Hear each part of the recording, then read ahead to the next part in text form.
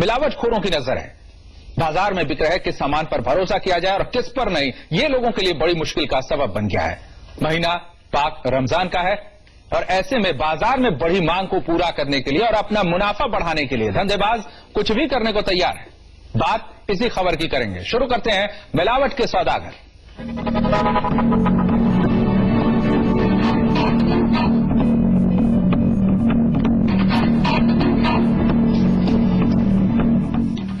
मिलावटखोरों पर कानून का शिकंजा कभी कभार ही कसता है और जब भी कोई ऐसी खबर सामने आती है लोगों की आंखें फटी रह जाती हैं।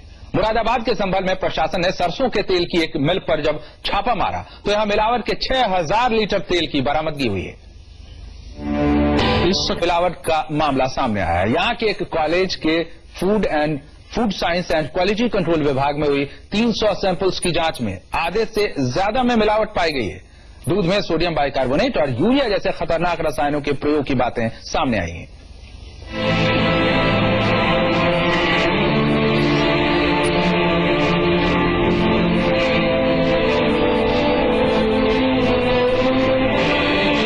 मेरठ में इन दिनों मिलावटी दूध धड़ल्ले से खुलेआम बिक रहा है। जी हां, ये बात मेरठ के रघुनाथ गर्ल्स कॉलेज में हुई एक जांच में सामने आई है। कॉलेज में 300 दूध सैंपल्स की जांच की गई, जिन आधे से ज्यादा सैंपल्स में भारी मिलावट पाई गई। दूध ही नहीं बल्कि दूध के अन्य उत्पाद मसलन दही, मट्ठा, खोया और मक्खन में भी बड़े स्तर पर मिलावट देखी गई। दूध में यूरिया, सोडियम बाइकार्बोनेट और डिटर्जेंट की मिलावट की गई थी। इसमें से हमें दूध में पाया गया है सोडियम बाइकार्बोनेट पाया गया है, यूरिया पाया गया है, डिटर्जेंट पाया गया है, जिसकी सबसे अधिक मात्रा पाई गई है दूध में। जहरीले रसायनों से बने इस दूध से लीवर खराब होने की आशंका बनी रहती है।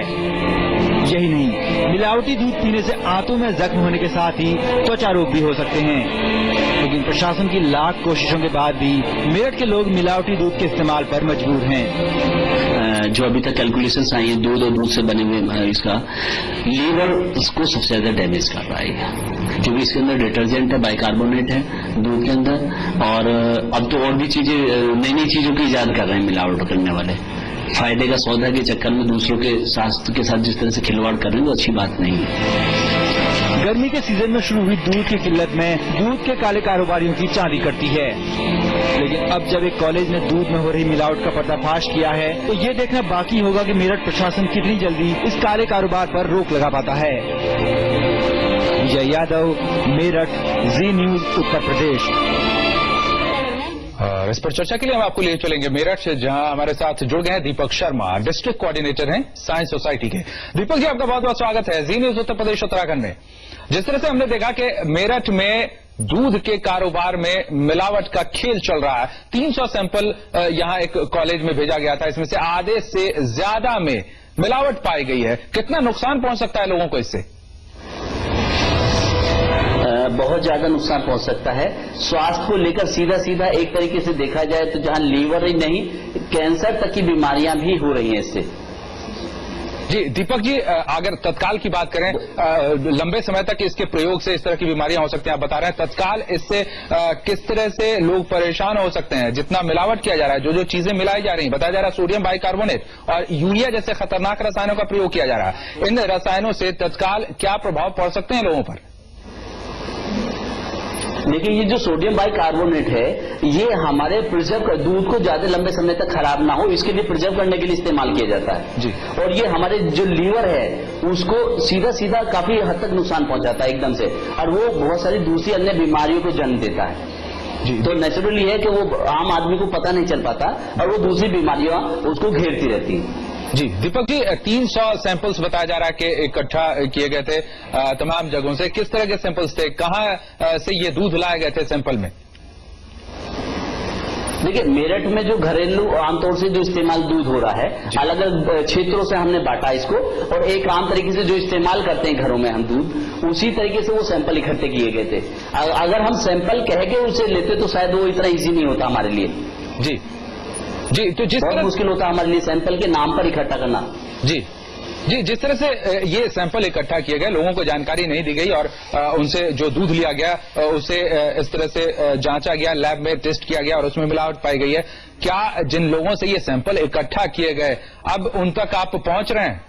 जी बिल्कुल, उनसे दूध लेते हैं हम लोग। वो रोजमर्रा के वो लोग हैं जो विद्यार्थी, हमने टीम एक तैयार की जी, बहुत लंबी संख्या में थे, और इवन यहाँ तक कि जो टीचर्स हैं, एक आम आदमी है वो भी अपने घर का दूध लेकर आया कि साहब उसको भी जांच दीजिए हमारे लिए जी। तो स्टूडेंट लाए जो हॉस्टल में रहते हैं जी, वो अपने दूध के लिए उनको लेकर आए जी। दीपक जी, सवाल ये है कि सैंपल्स आए हमारे पास इकट्ठे जी। अब जब लैब में इस तरह से जांच में पाया गया कि आधे से ज्यादा 300 सैंपल थे, इसमें से आधे से ज्यादा में मिलावट पाई गई है, तो क्या जो सोर्सेज हैं जहां से ये दूध इकट्ठा किया गया था, जहां से ये सैंपल लिए गए थे, उन लोगों के नाम पते ये होंगे? क्या कार्रवाई हो रही है? केवल ये एक महज जांच तक बात सीमित रह जाएगी? देखिए, जिला विज्ञान क्लब जो है, जिसका मैं कोऑर्डिनेटर हूं, हमारा काम है लोगों को अवेयर करना कि आप दूध में क्या इस्तेमाल कर रहे हैं जी। सारी जगहों पर ऐसा नहीं है, जहां पे पुलिस का या वीआईपी क्षेत्र है वहां पे मिलावट नहीं है जी। वहां के दूध में मिलावट नहीं है, वहां की मिठाई में मिलावट नहीं मिली है जी। जहां पर गरीब और आम जनता है, जहां पर सीधा दुकानदार पर अटैक नहीं हो सकता, उस जगहों पर मिलावट ज्यादा है। कुछ जगहों पर ठीक है, मिलावट की मात्रा बहुत कम है, लेकिन कुछ जगह तो 100% मिलावट है जी। फिर आप लोगों को किस तरह से जागरूक कर रहे हैं? कानूनी दृष्टिकोण से हम इसमें कोई हम अवेयर कर रहे हैं लोगों को, हम इसमें कानूनी दखलंदाजी नहीं करेंगे, ना कानूनी इसमें हिस्सा बनने की कोशिश करेंगे जी। जी, आप बने रहे दीपक जी हमारे साथ, आगे भी हम आपसे चर्चा करेंगे किस तरह से अवेयर कर रहे हैं लोगों को, ये दूध में जो मिलावट है इससे किस तरह से बचा जाए। आप बने रहे हमारे साथ और देखते रहिए सौदागर, मिलावट के सौदागर।